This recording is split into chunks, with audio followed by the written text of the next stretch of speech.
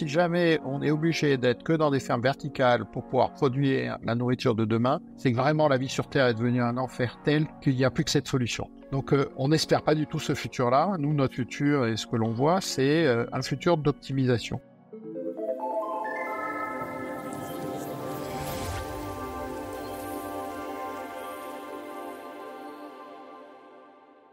Bonjour à toutes et à tous, bienvenue dans le podcast Jeune Pousse qui porte plutôt bien son nom pour le sujet qui nous intéresse aujourd'hui, la ferme du futur. L'agriculture fait en effet face à des défis considérables à relever entre raréfaction des ressources naturelles, changement climatique ou encore croissance démographique. Comment réussir à nourrir correctement les 9 milliards d'habitants sur la planète en 2050 tout en préservant l'eau et régénérant les sols ?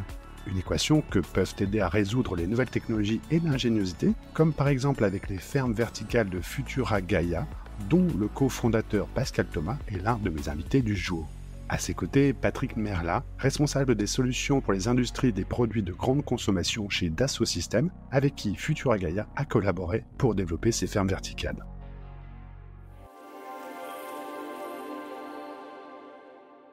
Bonjour Pascal. Bonjour. Bonjour Patrick. Bonjour. Bienvenue dans ce podcast dans lequel nous allons nous projeter dans le futur sur un sujet essentiel à l'humanité, l'agriculture. Un futur qui se construit dès maintenant avec les fermes verticales que Futura Gaia conçoit. Pascal, qu'est-ce qu'une ferme verticale et quel est son intérêt ? Alors une ferme verticale, d'abord on en fait maintenant, donc c'est un futur qui commence dès maintenant.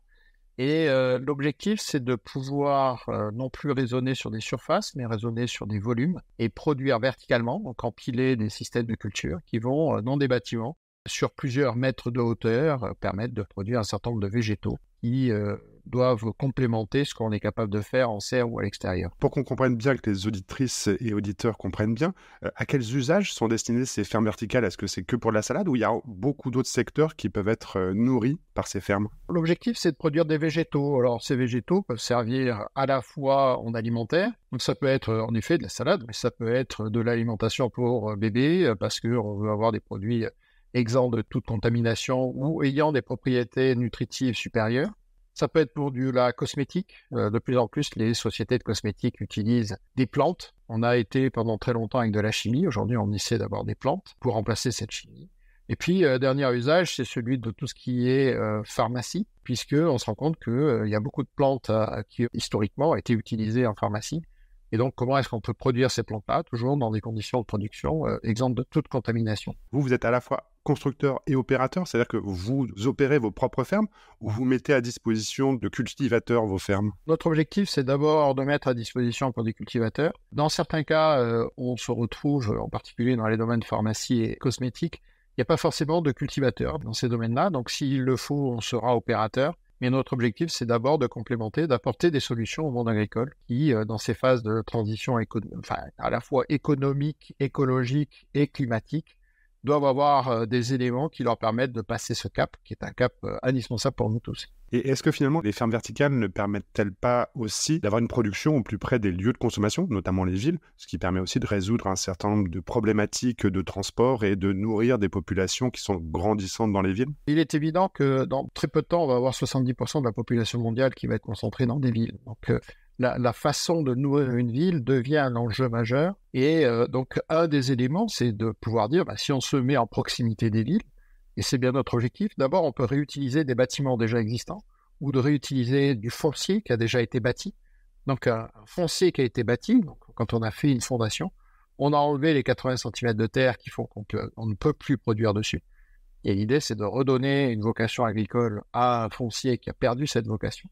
Le bâtiment qu'on utilise à Tarascon depuis un peu plus de 2 ans maintenant était un foncier qui faisait de l'industrie précédemment. Et donc, aujourd'hui, il est capable de produire du basilic. Où vous en êtes actuellement ? Combien de fermes vous avez déjà déployées ? Et quelles sont vos ambitions pour les prochaines années ? Alors, la société a 4 ans. Donc, quand on compte dans la vie humaine, c'est rien du tout. Pour nous, c'est beaucoup.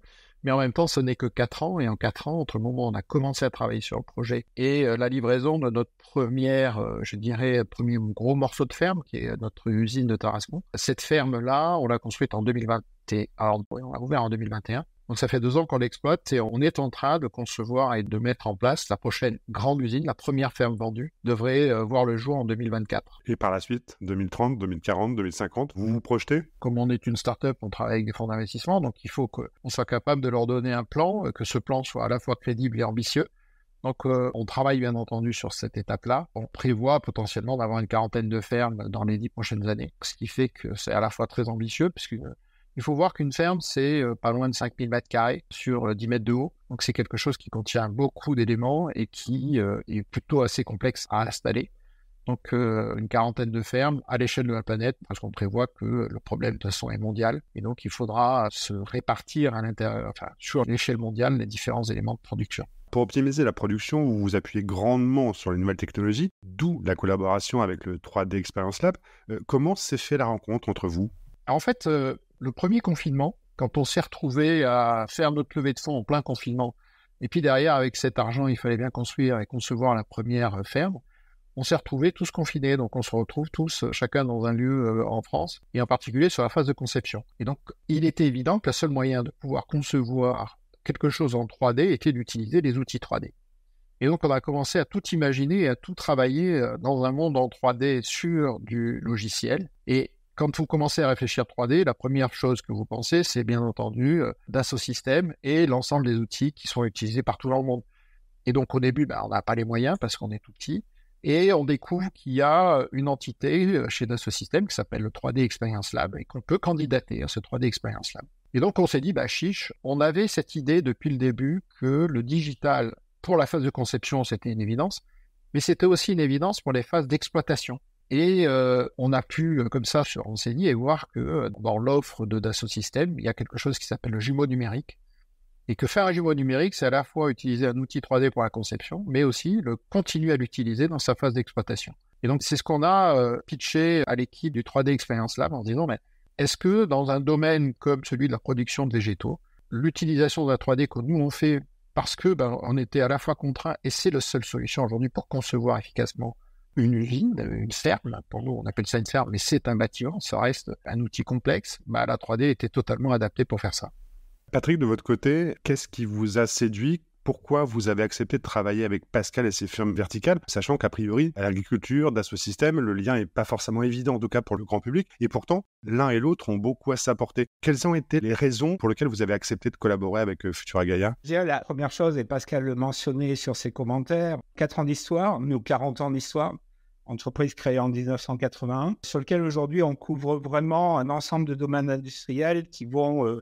je dirais, de la mobilité, du transport, biens d'équipement industriel, pharmacie, également les parties biens de consommation.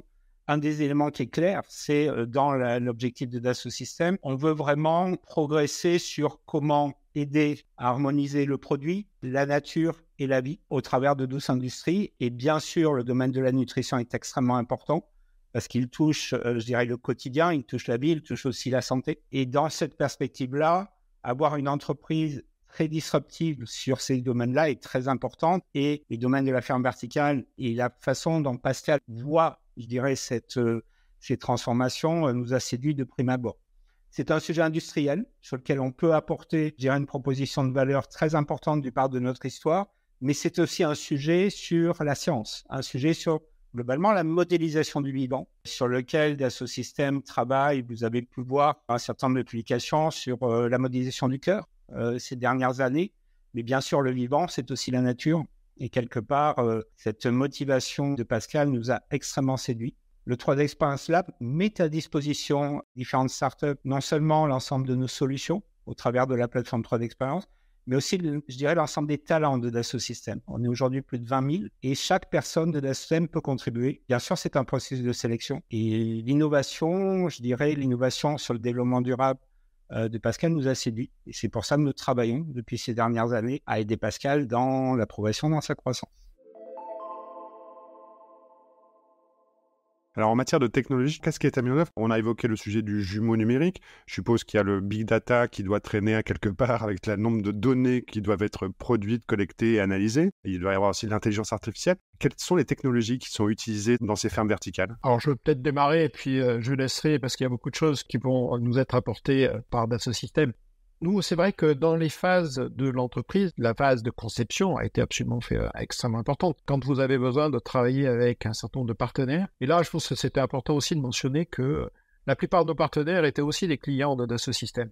Donc ça veut dire que quand on a commencé à travailler, nous, avec des partenaires industriels, on s'est retrouvé à justement partager des fichiers, partager des modèles de conception qui ont été aussi conçus à base des outils de ce système. Donc pour nous, c'était une évidence de rentrer là-dedans. On a beaucoup de choses qui ont été travaillées aussi sur des outils de simulation. Quand vous concevez une ferme verticale, les premières choses à regarder et à travailler, c'est comment est-ce que les flux d'air vont pouvoir circuler à l'intérieur d'une grande pièce.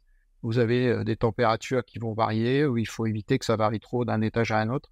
Donc on a quand même pas mal de choses de ce point de vue-là. Au-delà du simple travail de modélisation et de design en 3D, on a vraiment ce travail de simulation. Et donc là, il y a beaucoup d'outils qui sont assez complexes dans la prise en main.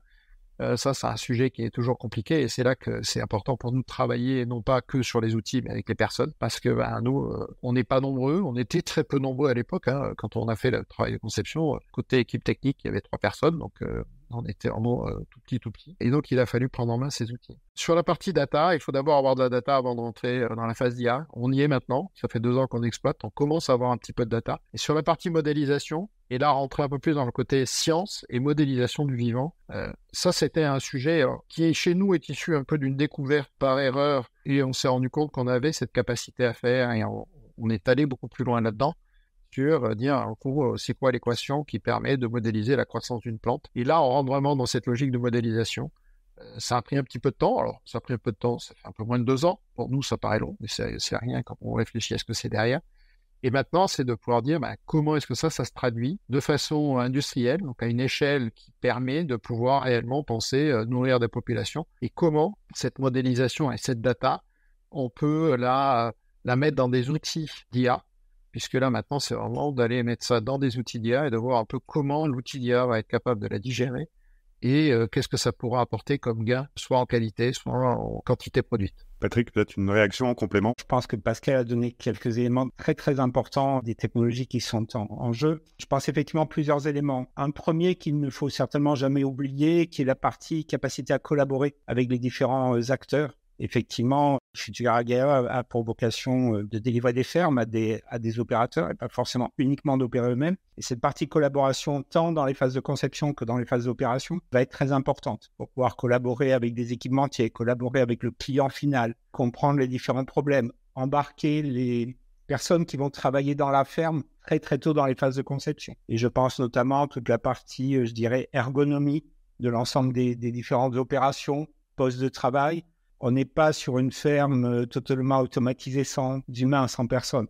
On reste avec un fermier qui va effectivement avoir ce cœur de métier et continuer à opérer, bien sûr totalement aidé et assisté par l'ensemble de la technologie. Et ce sujet-là, avec le jumeau numérique, avec la capacité effectivement qu'on peut avoir de visualiser la ferme avant même que la première brique soit construite, va permettre d'embarquer l'ensemble des intervenants, incluant les personnes qui vont réaliser, je dirais, la culture, la récolte dans la ferme telle qu'elle sera réalisée et regarder effectivement ce qui va bien, ce qui ne va pas bien, très très très tôt, gagner du temps, économiser de l'argent et gagner aussi de la confiance sur les personnes qui vont être amenées à opérer. Ça, c'est un premier point.